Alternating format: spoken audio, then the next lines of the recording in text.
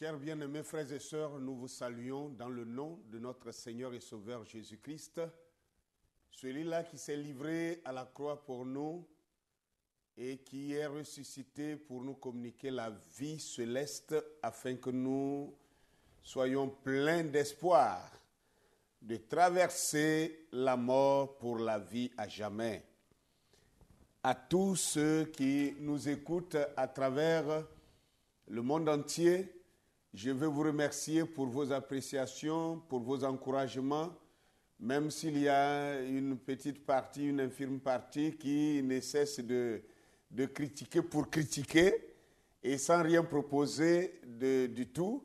Mais sachez une chose, quand Dieu vous convainc de faire quelque chose, vous le faites sans tenir compte de ce que les gens pensent, de ce que les gens diront, parce que l'essentiel, c'est d'atteindre l'objectif que Dieu vous a assigné. Ainsi, voyez-vous, la parole de Dieu nous dit que vous connaîtrez la vérité et la vérité vous affranchira. Alors, j'ai l'habitude de dire que, bien au contraire, aujourd'hui, j'ai peur de dire que vous connaîtrez la religion et la religion vous aliénera. C'est ce qui est aujourd'hui. Au lieu d'être, vous connaîtrez la vérité et la vérité vous affranchira. Aussi, il est écrit ailleurs que la foi vient de ce qu'on entend et de ce qu'on entend de la parole de Christ. J'ai peur de vous dire encore que la foi s'enfuit aujourd'hui à cause de ce que l'on entend et de ce qu'on entend de la bouche des religieux. Alors donc, toutes ces déclarations pour vous dire que nous sommes à une période où nous devons mettre fin à la religion et nous devons activer la foi en nous, la foi des fils et des filles de Dieu dans la vérité. C'est quoi la vérité? La vérité, elle est aussi dans la nature. Dieu n'a écrit qu'une infime partie de sa parole dans les pages que nous appelons la Bible. Et ça doit être juste une base à partir de laquelle nous devons maintenant développer la parole de la vérité et nous devons tenir compte de la vérité, peu importe d'où elle vient, pourvu qu'elle soit la vérité. Et nous devons aimer la vérité, car c'est elle qui affranchit. Je voudrais traiter sur un thème cet après-midi, c'est celui du royaume de Khazar à l'État d'Israël. Du royaume Khazar à l'État d'Israël. Qu'est-ce que je veux dire par là? Alors, bien avant cela, je vais saluer à nouveau mes compagnons de combat, mon bien-aimé frère et ami King Fortuné Chidimba de Pointe-Noire et le doyen, le patriarche Jean-Paul Yoko Bellet de Douala et mon ami du côté de Libreville, le docteur Gomat Pierrot, et que dire de mon jeune frère Sion Wak, que j'apprécie beaucoup. C'est un jeune homme qui vraiment, il sait prendre les choses qui ont été dites et il les simplifie de façon condensée. Et je t'apprécie beaucoup, c'est pourquoi je ne cesserai, à moins que j'ai oublié de te dire un chamois et yakanaka là où tu es. Je veux saluer tous les bien-aimés, la porte du Midi et tous ces gens qui vraiment, mon jeune frère Espoir du côté de Pointe-Noire et tous ces gens vraiment, et je ne peux pas citer tout le monde, mais je vous salue tous dans le nom de notre Seigneur Jésus-Christ. Et je suis heureux d'avoir des gens comme vous qui comprenez la vision et qui relayent la vision et qui vraiment, chacun de son côté, fait ce qu'il peut pour que la vérité soit connue et que le nom de notre Seigneur soit glorifié et que son royaume soit préparé pour sa venue. Alors, qu'est-ce que je veux développer cet après-midi? C'est du royaume Khazar à l'État d'Israël. Je veux revenir toujours sur ces fameux versets bibliques dans Apocalypse chapitre 2, verset 9 et Apocalypse chapitre 3, le verset 9, qui deviennent vraiment des pierres pesantes, n'est-ce pas, dans ce thème que je ne peux pas contourner. Il est dit, voici, je te donne de ceux de la synagogue de Satan qui se disent juifs et qui ne le sont pas, mais qui mentent. Je les ferai venir se prosterner à tes pieds et reconnaître que je t'ai aimé. Je les ferai venir se prosterner à tes pieds et connaître que je t'ai aimé. Apocalypse 3, 9. Vous pourrez lire aussi Apocalypse 2, 9 qui disent la même chose pratiquement. Et qu'est-ce que je vais ressortir? La Bible dit, je te donne de ceux de la synagogue de Satan qui se disent juifs et qui ne le sont pas, mais qui mentent. Et comme je l'ai dit précédemment dans une vidéo que j'ai déjà enregistrée, voyez-vous, quand Dieu traite quelqu'un de menteur, la Bible dit que Satan est menteur depuis le commencement. Donc le menteur, quand Dieu dit que quelqu'un est le menteur, pas un menteur, mais le menteur, ça veut dire que c'est le diable. Ça veut dire qu'il est il est Satan, il est le diable, c'est lui le démon, c'est lui le grand serpent ancien, c'est lui le dragon. Tous les noms qu'on peut coller, vous pouvez les coller là-dessus, mais c'est de lui qu'il est question. Et voyez-vous que Satan, de même que Dieu a un peuple sur la terre, Satan, n'est-ce pas, se voulait un peuple et il a substitué un peuple. Pour que ça marche, ce peuple ne devait pas porter son nom. Il a fait porter à ce peuple le nom de Dieu. Et on a dit Israël. Mais en réalité, Israël de la Bible n'est pas l'Israël, l'État d'Israël que nous connaissons. Non. C'est deux entités différentes. L'État d'Israël que nous connaissons est venu, n'est-ce pas, non pas du Jourdain, non, mais plutôt est venu de la Volga. Voyez-vous? Et c'est pourquoi j'ai dit du royaume khazar à l'État d'Israël. Qu'est-ce que ça veut dire? Ça veut dire que 95% de ceux qui vivent dans l'État d'Israël aujourd'hui ne sont pas des Juifs. Ils ne sont même pas hébreux. Ils ne sont ni hébreux ni juifs. Ils ne sont même pas les descendants hébreux ou sémitiques. Ils sont un mélange de Huns et de Turcs. Ils ne viennent pas du Jourdain, mais ils viennent de la Volga. Ils ne viennent pas de Canaan, mais ils viennent du Caucase. Ils n'ont aucun lien génétique avec Abraham, Isaac et Jacob, mais ils ont des liens génétiques avec les Huns et les Ouïghours et les Magyars. Vous pouvez le vérifier aujourd'hui. Les Khazars sont un peuple d'origine turque dont la vie et l'histoire sont très proches du développement de l'histoire juive en Russie. Venant de la Turquie, ils étaient des nomades et des steppes qui vivaient de la rapine et du pillage. Au milieu du VIe siècle, ils s'établirent au sud de la Russie, bien avant la monarchie des Varegs. Le royaume des Khazars était à son apogée, n'est-ce pas? Et quand il est arrivé à son apogée, il menait constamment la guerre. Il n'y eut pas un moment pendant lequel il ne faisait pas la guerre. Il dominait un grand territoire, de la mer Noire jusqu'à la mer Caspienne, et du Caucase jusqu'à la Volga. Alors, voici en quelque sorte les territoires qu'occupait ce royaume khazar, qu'on appelait autrefois la Khazarie. Alors, ce territoire que la Russie, l'URSS d'autrefois, l'Union soviétique d'autrefois, a fini par céder, qui faisait partie du royaume khazar. C'est, n'est-ce pas, la Pologne d'aujourd'hui, la Lituanie, la Galicie, la Hongrie, la Roumanie et l'Autriche, et quelques périphéries encore. Voilà tous ces pays-là qui formaient la Khazarie d'autrefois, le royaume khazar d'autrefois. Et comme je l'ai dit, ces Khazars étaient un peuple turc mélangé de Huns. Si vous voulez connaître l'histoire des Huns, allez sur Google, tapez Huns. Huns, c'est H-U-N-S. Et ils étaient constamment en guerre contre les barbares, contre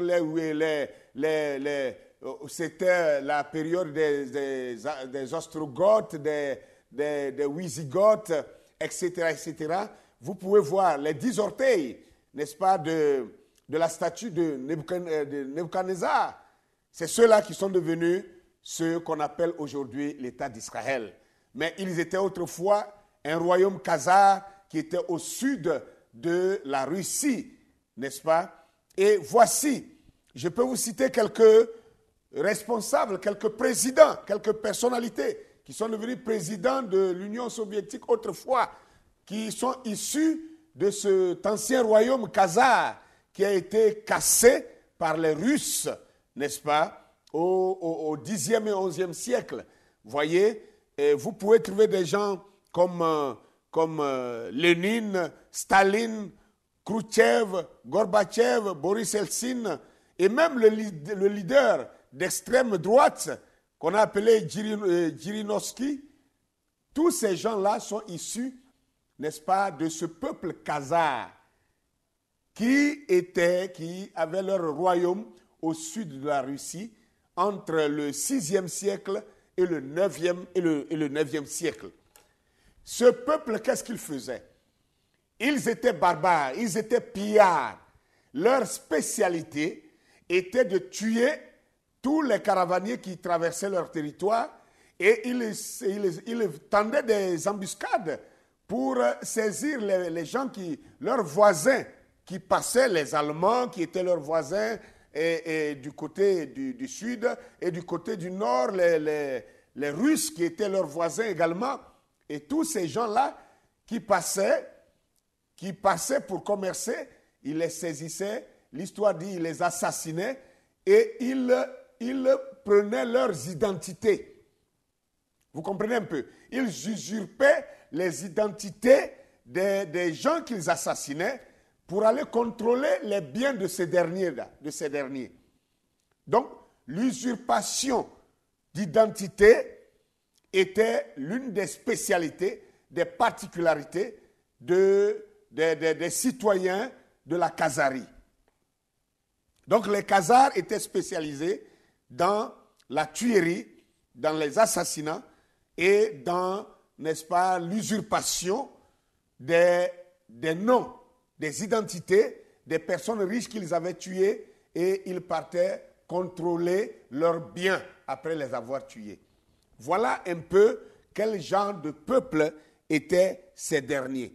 Et aux environs du 9e siècle, 8e, 9e siècle, au 7e siècle plutôt, la Russie, comme leurs voisins, les Allemands également, du côté du sud, en avaient marre à cause des plaintes de leurs citoyens qui revenaient avec les mêmes plaintes leurs compatriotes avaient été assassinés, avaient été tués et avaient eu leur identité usurpée par ces Khazars. Alors l'Empire russe, qui était plus puissant en son temps, a enjoint à cette Khazarie, au roi Khazar, n'est-ce pas, de choisir entre les 3 grandes religions qui dominaient le monde au 7e siècle, à savoir le christianisme, l'islam et le judaïsme.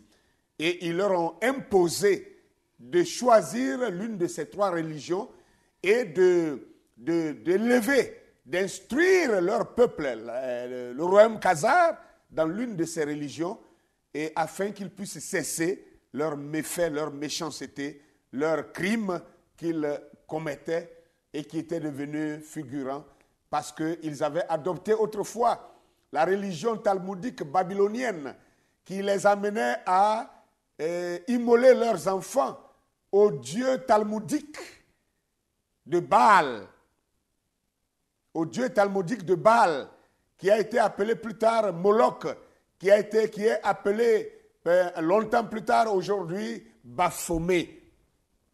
Ce dieu talmudique, donc, disais-je, qui a aussi sur son front une étoile comme symbole. Baphomet, qui est une femme assise aux pieds croisés avec un visage de bouc. C'est ce Dieu-là, c'est cette idole-là que les Khazarites adoraient. Et cela les amenait à faire toutes sortes de méchancetés pourvu qu'ils pouvaient faire fortune. Et l'histoire nous dit qu'ils ont fini par signer un pacte avec le diable pour que le diable leur donne la domination du monde et la fortune du monde entier. Chose que le Seigneur Jésus-Christ, lui, il avait refusé en Matthieu chapitre 4. Matthieu chapitre 4, lorsque Satan est venu le tenter et il lui a dit, voilà le monde de tous ces royaumes, si tu te prosternes et m'adores, je te les donnerai. Et toutes ces fortunes-là, je vais te les donner. Jésus a dit non. Je suis le Fils de Dieu et je suis Dieu. Toutes ces fortunes-là, je dois les récupérer parce que tu les as eues par ruse. Mais moi, je dois payer un prix pour les récupérer. Je n'ai pas besoin de me prosterner devant toi. Mais il a trouvé, le diable a trouvé un peuple sur la terre finalement qui a fini par accepter ce que notre Seigneur Jésus-Christ avait refusé. Et la famille Rothschild a accepté de se prosterner devant le diable et a pris le contrôle du monde entier. Et il contrôle les banques du monde entier. Toutes les banques du monde entier, excepté la banque de l'État de la Corée du Nord. Mais ce n'est qu'une histoire de temps. Je crois que Dieu a laissé ça pour quelque chose. Mais c'est le seul pays au monde qui résiste encore, n'est-ce pas, à la puissance de ces Rothschild qui ont contrôlé pratiquement toute la monnaie mondiale. Et l'un de leurs, qu'on a appelé, laissez-moi trouver son nom, je l'ai inscrit quelque part, il s'appelait Amstel Mayer Rothschild et il a existé dans les années 1743 à 1812. C'est lui qui a fait la déclaration suivante. Il dit, donnez-moi le contrôle de la monnaie d'une nation et je me moque de ceux qui font la loi. Donnez-moi le contrôle de la monnaie d'une nation et je me moque de ceux qui font les lois. Parce que pour eux, la puissance, c'est l'argent. L'argent leur donne le contrôle sur tout et ils sont permis de faire tout ce qu'ils veulent. Et vous pouvez voir qu'ils ont contrôlé toutes les politiques du monde entier. Ils ont contrôlé toutes les puissances du monde entier. Ils ont contrôlé les armées du monde entier. Et ils contrôlent les États-Unis. Je viens de vous citer plusieurs présidents de l'ex-Union soviétique, même jusqu'à l'actuelle Russie, qui sont des dirigeants issus de cette casarie. C'est dire combien ils ont infiltré les plus grandes puissances du monde entier. Et aujourd'hui, ils se sont substitués au peuple de Dieu qu'on appelle les Juifs. Et je peux vous dire qu'il existe plus de Juifs à New York aujourd'hui qu'il en existe à Jérusalem. Je parle de ces faux Juifs, ces Khazars, voyez-vous. Alors, je voudrais ajouter quelque chose avant d'avancer et que qui sont ceux qu'on appelle les Sémites réellement? Parce qu'il faut qu'on fasse la différence entre les Sémites et l'État d'Israël aujourd'hui. Les Sémites, ce sont les Akkadiens, les Phéniciens, les Hébreux, les Arméniens, les Arabes, les Assyriens. Si vous lisez Genèse chapitre 10, vous comprendrez de quoi je parle. Vous comprendrez de quoi je parle. Ces Akkadiens, ces Phéniciens, ces Hébreux, ces Arméniens et ces Arabes et ces Assyriens étaient tous des peuples noirs. C'est des nègres. Parce qu'Abraham lui-même est sorti de Babylone. Il était issu de Ur en Babylonie. Et en ce moment, ces gens étaient un peuple noir. Et donc voilà pourquoi depuis longtemps je crie sur tous les toits que les Hébreux de la Bible sont de race noire. Ils ne sont pas blancs. Alors, d'où vient que ces gens aujourd'hui qui, disent-ils, sont revenus selon les prophéties de la Bible pour reconquérir l'État d'Israël, sont devenus des hommes blancs? Voilà la raison pour laquelle l'ex-président égyptien, Abdel Gamal Nasser, avait déclaré ceci lors de son interview à la télévision égyptienne, il a déclaré, vous les Juifs, nous ne vous accepterons jamais comme voisins à côté de nous, car vous êtes partis d'ici, vous êtes partis de la Palestine étant noirs et vous revenez étant blancs. Nous ne vous accepterons jamais.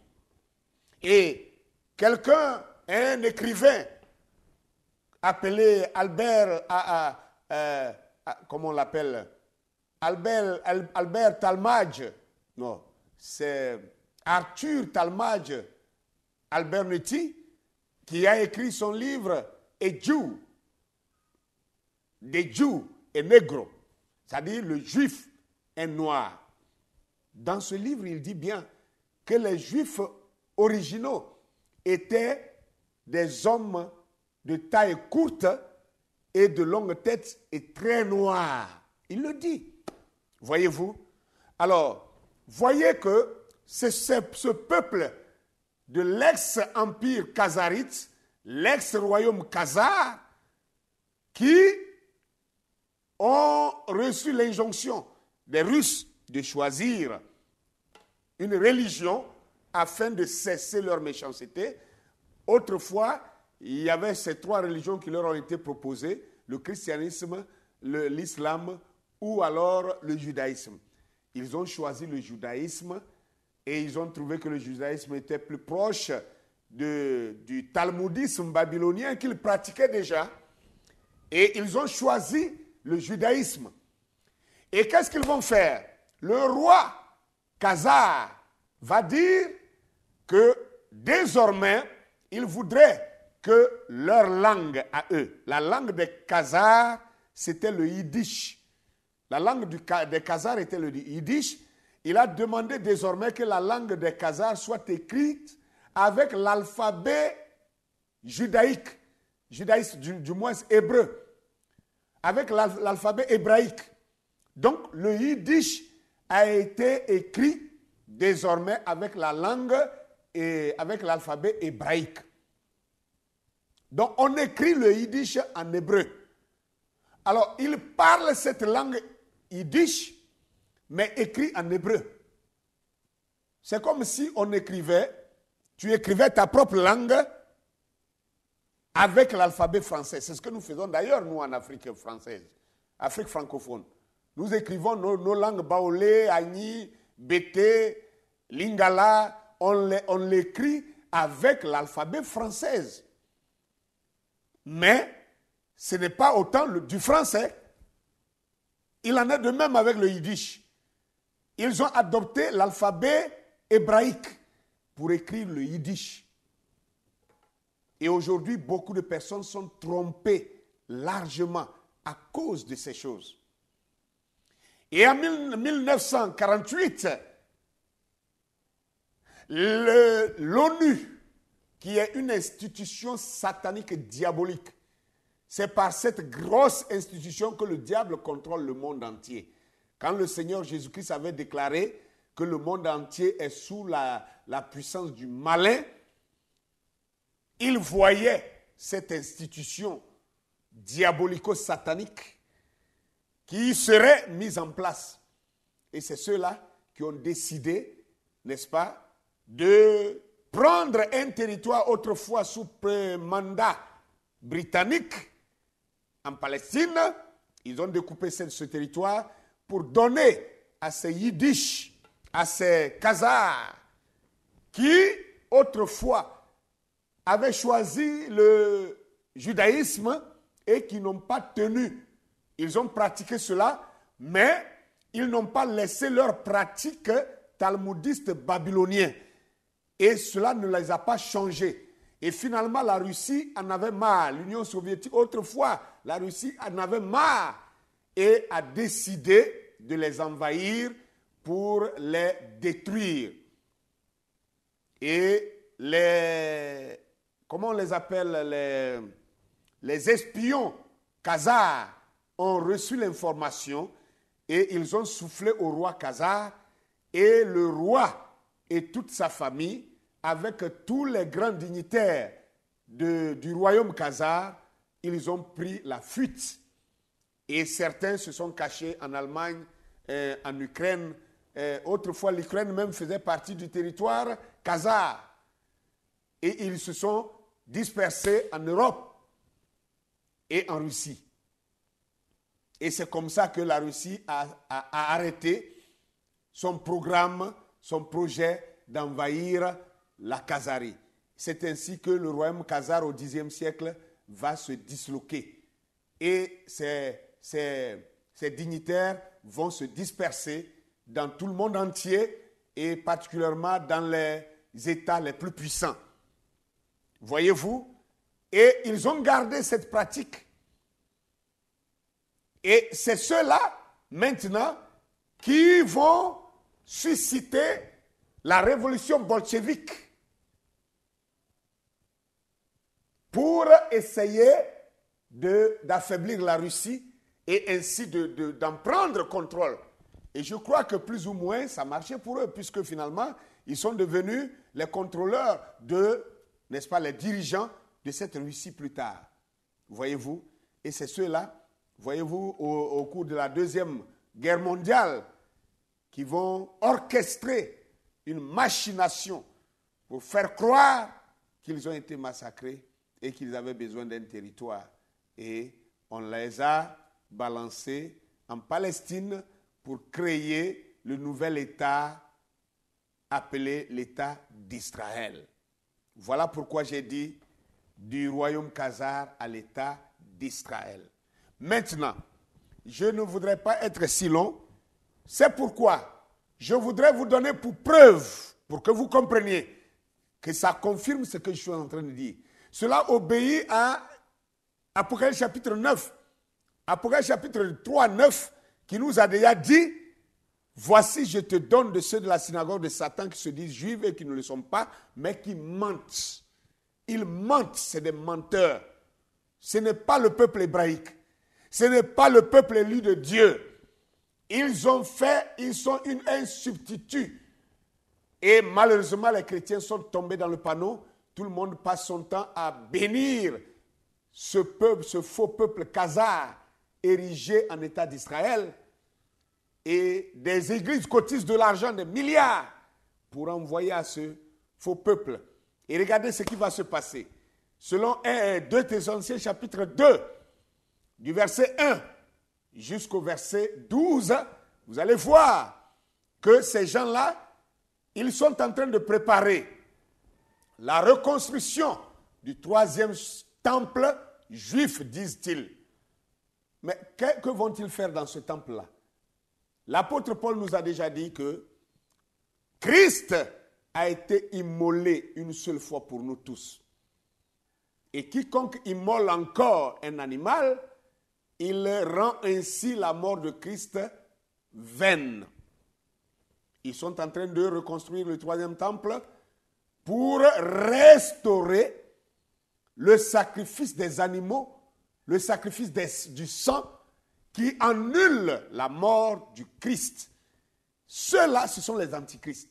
Et la Bible dit que c'est dans ce temple-là qu'ils vont reconstruire que l'antichrist ira s'asseoir pour se proclamer lui-même Dieu. Lisez 2 Thessaloniciens chapitre 2. Et c'est pour ce projet-là que des gens qui se disent chrétiens mobilisent des fonds pour envoyer, pour aller financer. Mais vous financez la venue et l'intronisation de l'antichrist. Le Christ ne viendra pas pour entrer encore dans un temple physique. Pas du tout. Personne ne peut me le prouver. Mais moi, je peux vous prouver le contraire. Alors, ainsi, je termine cette vidéo pour vous dire. C'est pourquoi depuis 1948, quand ces faux, ces khazars, ces ashkénazes et ces sépharas sont venus s'établir en Israël, ils ont créé l'État d'Israël. Ils ne sont pas des Israélites, mais ils sont des Israéliens. Oui, ce n'est pas aussi au hasard. Et c'est eux, entre eux et les Arabes, qui est plus sémite? Les Arabes sont plus sémites que eux. Je viens de vous citer les descendants de Héber, les descendants de Sem, les Sémites. Je vous ai cité les Sémites. Et les Sémites, si vous voulez, je le reprends. Les Sémites, ce sont les... laissez-moi trouver ça. Ce sont les Acadiens, ce sont les Phéniciens, ce sont les Hébreux, ce sont les Araméens, Arméniens, ce sont aussi les Arabes et les Assyriens. Nulle part on ne voit les Ashkénazes ici. Nulle part on ne voit les Sépharas ici. Les Sépharas, les Ashkénazes sont les descendants de Japheth. Le premier fils de Gomer s'appelait Ashkénaz.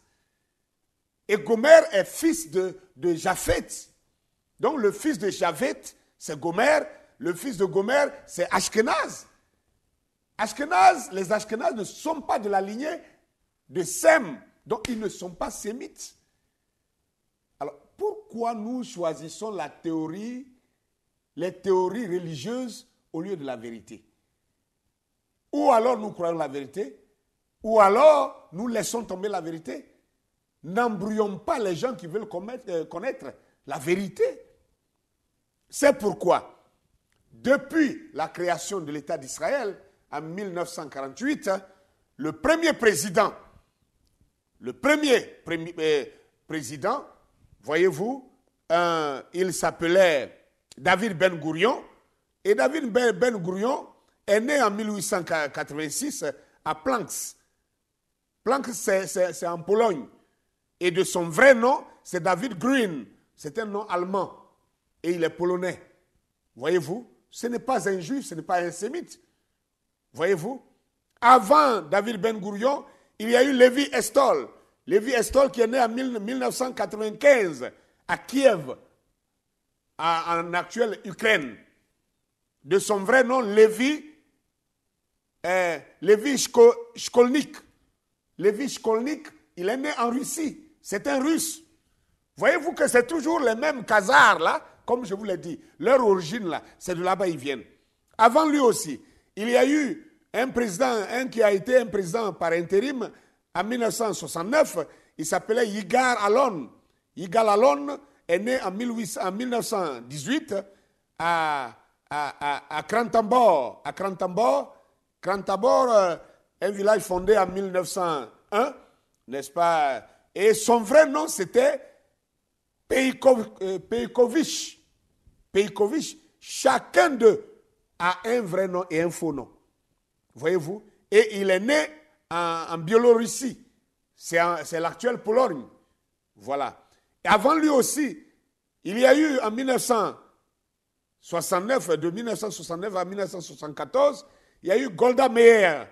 Golda Meir, c'était la seule femme qui a été présidente en Israël. De son nom, son nom Meir vient du diminutif du nom de son mari qui était Maurice Meyerson, qui était un Américain. Et elle est née en 1898 à Kiev, qui est l'actuelle Ukraine. Donc, elle est russe. Elle est russe aussi. Avant elle, il y a eu Menahem Begun. Menahem Begun a été président de 1977 à 1983. Menahem Begun est né en 1913 à Brensk. Brensk, c'est en Biélorussie. Et de son vrai nom, Miekozislav Biegun. C'était un Polonais. Avant lui, il y a eu Yitzhak Shamir, de 1986 à 1992, qui est né en 1915 à Bouyani, en Biélorussie. Il avait un vrai nom, son vrai nom c'est Jajerniki. Il est né en Pologne. Hein? Donc c'est un Polonais. Pourquoi changeaient-ils tous leur nom? Pour se faire passer pour des Juifs alors qu'ils ne le sont pas. Ce sont des Russes, ce sont des Khazars. Avant lui, il y a eu Yitzhak Rabin, qui a été président de 1992 à 1995. Il est né en 1922 à Jérusalem, en Palestine, mandataire. Il avait un vrai nom, son vrai nom c'était Rubitsov. Et son père était Nehemia Rubitsov, qui est né à Kiev, en Ukraine, en Russie. Voilà. Avant lui aussi, il y a eu Shimon Peres, qui a été président de 1995 à 1996. Il est né en 1923 Wisnieva, l'actuelle Biélorussie. Et de son vrai nom, c'est Zygmunt Persky. Il est né en Pologne. Avant lui, il y a eu Ehud Barak, qui a été président de 1999 à 2001, qui est né en 1942 à Mishmak, à Shaol, n'est-ce pas, c'est en Palestine mandataire également, qui a été une ville qui a été fondée en 1924 par les Juifs russes. Et le nom de son père, de son vrai nom, c'était Ehud Brock. Ehud Brock est né en Lituanie. Son père Ehud Brock est né en Lituanie, en Russie, à l'époque. Voyez-vous? Avant lui, il y a eu Ariel Sharon, de 2001 à 2006, qui est né en 1928 à Farmala, en Palestine, mandataire également. De son vrai nom, Schneemann, c'est un nom allemand. Et son père est né en Biélorussie. Donc c'était un Polonais également. Regardez, tous ces gens-là sont, n'est-ce pas, issus de la même zone de l'ancien royaume khazar. Avant lui, il y a eu Ehud Olmert. Ehud Olmert, qui a été président de 2006 à 2009. Ehud Olmert est né en 1945 à Benyamina. Benyamina, c'est une ville palestinienne mandataire, en Palestine mandataire. Il est né qui a été créé en 1922 par des Juifs venus de l'extérieur. Et son père s'appelait Mordechai Olmert, né en Russie. Voyez-vous, tous en Russie. Et Benjamin Netanyahou, qui est là actuellement, qui est né en 1949 à Tel Aviv, c'est le seul même qui est né en Israël actuellement. Le nom de son père, c'était Ben-Sion Netanyahu. Ben-Sion Netanyahu, n'est-ce pas, est né à Milejkowski, en Pologne également. Donc, voyez-vous, nous avons ici en tout 13 présidents, seulement 5 sont nés en Palestine mandataire et un seul est né en Israël. Et 8 sont nés en Russie. Donc, tous appartiennent à l'Empire russe. Tous. Je termine par les premiers ministres également. Les premiers ministres. Oh, qu'est-ce que j'ai dit même? Pardonnez-moi, j'ai cité les premiers ministres en premier. Maintenant, je vais citer les présidents. Ceux que j'ai cités sont les premiers ministres. Je vais citer les présidents maintenant. Il y a eu le président Shem Weizmann. Shem Weizmann était un nom allemand. Il est né en 1874 en Russie. C'est lui en actuelle Biélorussie. Il y a Yosef Sprinzak, qui est né en 1885 à Moscou. Il y a eu Yitzhak Ben-Zvi, né en 1884 en Russie, actuelle Ukraine. De son vrai nom, Yitzhak Shimshelvich. Voilà. Et le quatrième, c'était Kadish Luz. Kadish Luz, de son vrai nom, Kadish Luzinski, est né en Russie en 1895, en actuelle Biélorussie. Il y a eu aussi Zalman Shazar, de son vrai nom, Zalman Rubachov, né en Russie en 1889, actuelle Biélorussie. Il y a eu Ephraim Katzir, de son vrai nom, Ephraim Kachalski,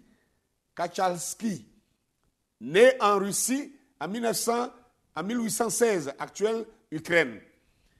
Il y a eu Yitzhak Navon, né à Jérusalem, en Palestine mandataire, en 1921. Il y a eu Shem Herzog, qui est né en 1918 au Royaume-Uni, de ses parents migrés de la Russie actuelle, n'est-ce pas, jusqu'en Angleterre. Il y a eu aussi Ezer Weizmann. Ezer Weizmann qui est né en 1924 en Palestine mandataire. Il y a eu Avram, pas Abraham, mais Avram, né en Avram Bog, né en 1955 à Jérusalem, en Palestine mandataire. Son père est né en 1909 en Allemagne. Il y a eu Moshe Katsav. Moshe Katsav qui est né en 1945 en Iran. Il y a eu Dalan Itzik. Dalan Itzik, qui est la seule femme qui a été présidente par intérim également, née en Israël en 1952, en Palestine mandataire. Ses parents ils sont venus, n'est-ce pas, de l'Iran. Il y a eu Reuven Rivlin. Reuven Rivlin, qui est l'actuel président d'Israël, est né en 1939 à Jérusalem, en Palestine mandataire. Ses parents sont originaires de l'Autriche, l'Allemagne actuelle. Alors, là aussi, nous voyons en conclusion que seuls 2 sur 13 présidents sont nés sur la terre d'Israël, mais les 11 autres sont tous de la Russie. Alors, mes chers frères et sœurs, est-ce qu'avant qu'ils ne viennent pour créer cet État d'Israël actuellement, est-ce qu'il n'y avait pas des gens qui habitaient là? Il y avait des gens qui habitaient là sur la terre, là. Il y avait des gens qui habitaient là. Des gens habitaient déjà là. Ils sont venus pour s'établir là sous l'ordre de l'ONU. Je crois que je n'ai pas assez de temps pour vous dire, selon la charte de l'impérialisme, ce que représente l'ONU pour la charte de l'impérialisme. Mais déjà, je vous le donne. Allez télécharger la charte de l'impérialisme, vous allez voir ce que représente l'ONU. Ils ont dit l'ONU est une institution qui est une marionnette dans leurs mains et ils utilisent cela pour plier toutes les nations du monde entier. Voilà ce qu'ils ont dit là-dedans. Et la charte de l'impérialisme, c'est simplement la loi de Satan sur la terre. Voyez-vous? Alors, mes chers frères et sœurs, il est temps que nous ouvrions les yeux. Il est temps que nous nous réveillions.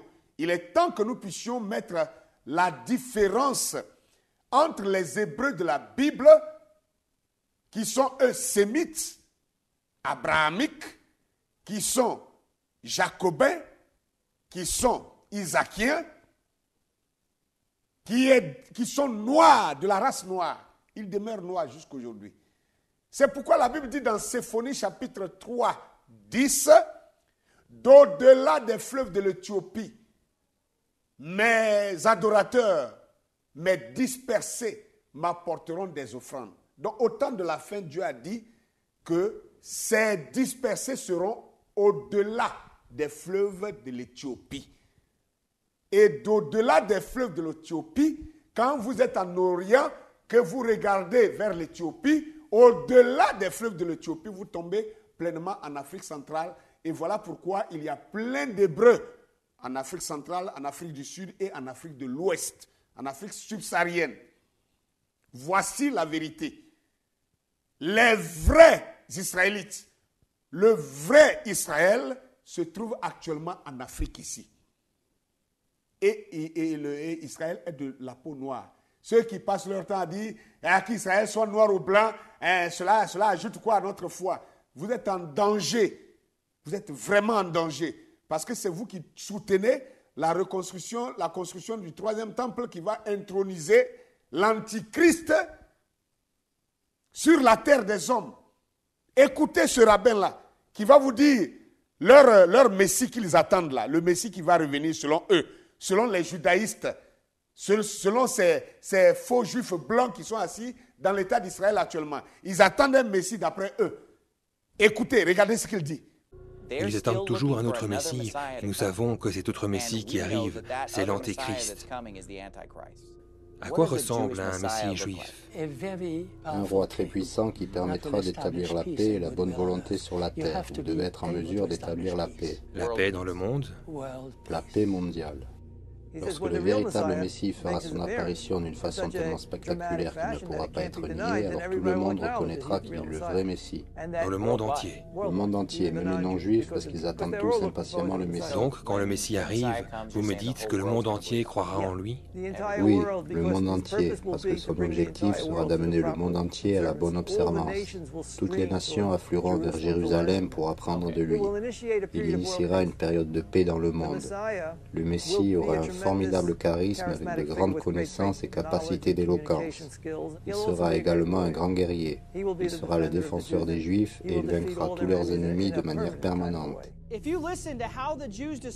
Si vous écoutez la façon dont les Juifs décrivent leur Messie, ils peignent un tableau parfait de ce que la Bible décrit comme l'Antéchrist. Il va conquérir le monde entier.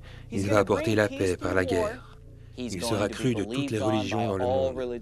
Il va instaurer la paix dans le monde. Il va tous nous unir. Tant de chrétiens sont précieux, ils ne savent pas ce qu'ils font.